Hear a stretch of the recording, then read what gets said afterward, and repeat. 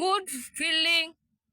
6 আছে, দাও রূপম দার হাত থেকে 6 দিক দিয়ে বেরিয়ে গেছে। ও রূপম দা, হাততালি হাততালি।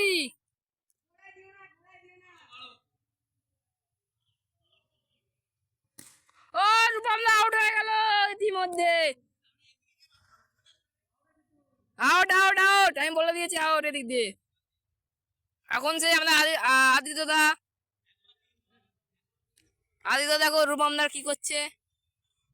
এই যে আমাদের রূপম দা কাঁদতে কাঁদতে চলে আসছে।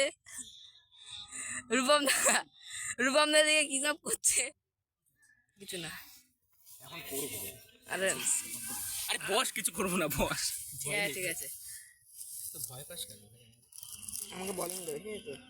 আমাকে তো ভয় পাস কেন? না না, এ ভাই ভালোই খেললাম।